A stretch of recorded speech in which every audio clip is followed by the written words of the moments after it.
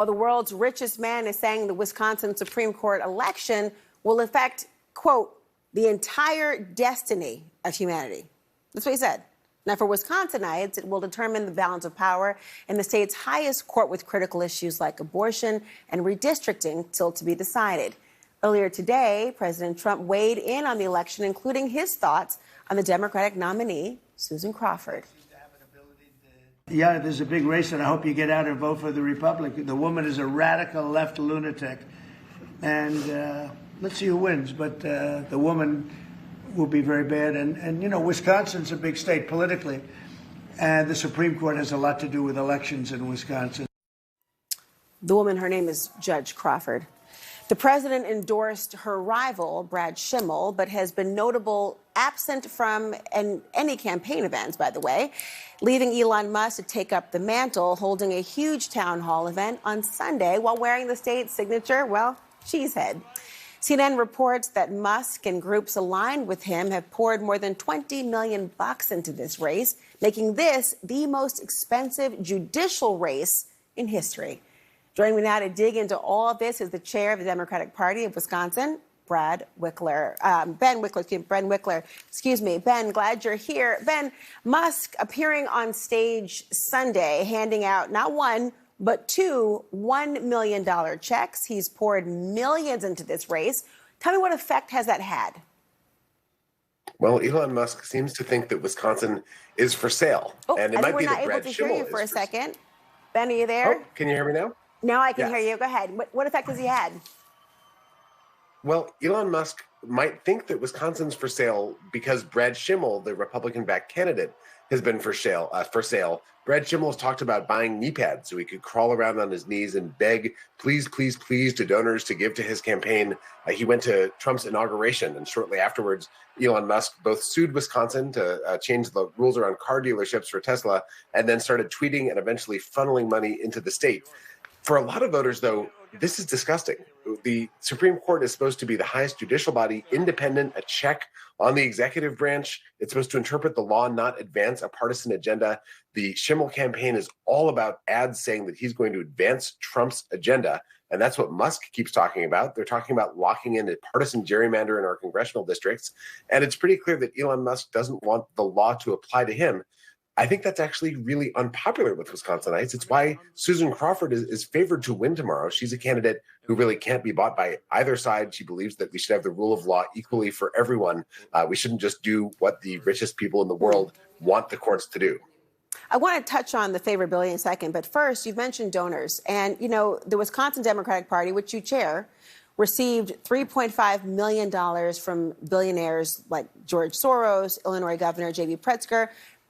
Why should the public not view the money they donate on the same plane as that given from Elon Musk?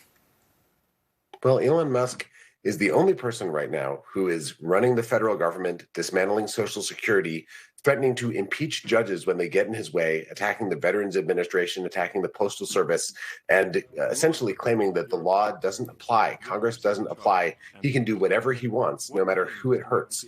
Simultaneously, he's the only major donor in this race that I'm aware of who has a case in the Wisconsin court system that will benefit his own bottom line. And he's given about 6 times as much as any other donor, the second biggest donor, by the way, also Republican multi-billionaires. So this is really in a category by itself, something we've never seen before in Wisconsin, and more than anyone has ever donated to any judicial election in American history. If he does this in Wisconsin successfully, we can expect him to try it again in elections all over the country.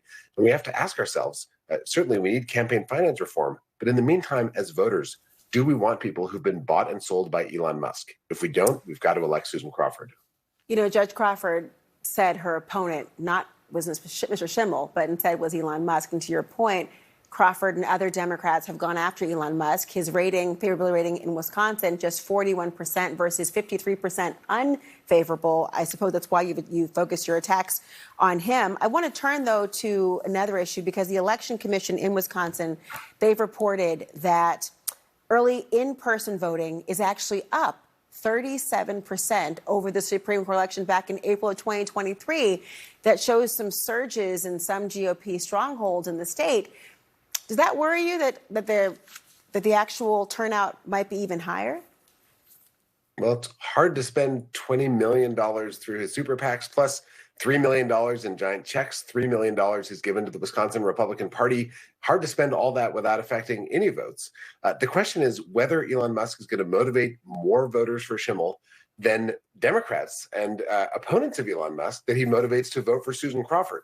We're seeing explosive turnout on both sides in this election. We don't know if this is going to be close or not. What we know is there's a level of engagement from voters here that goes beyond anything I've seen. People who feel panicked that the country's being ripped apart by Elon Musk and Donald Trump and who want a way to fight back. So that is propelling a ton of support for Susan Crawford in this race for a candidate who doesn't want to ban abortion, doesn't want to sell the state's highest court to the highest bidder in American history, and wants to keep Wisconsin for Wisconsinites.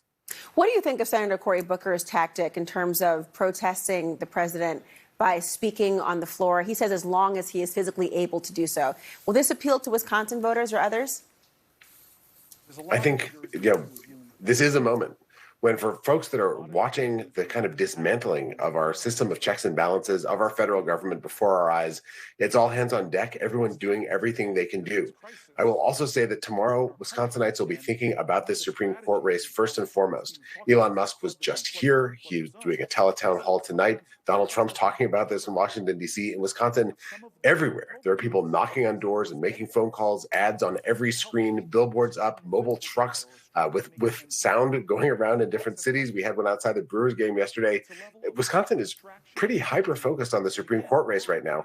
And I think this is the first test of this new Trump era of whether or not what Trump and Musk are doing is politically toxic. Because they can have all the money in the world, but if they are making voters furious, they're not going to win elections like the Wisconsin Supreme Court race or the midterms in 2026. And Republicans in purple districts had better pay attention to what happens tomorrow as they think about whether to stick with Musk as he attacks programs that allow working people to retire with dignity in this country.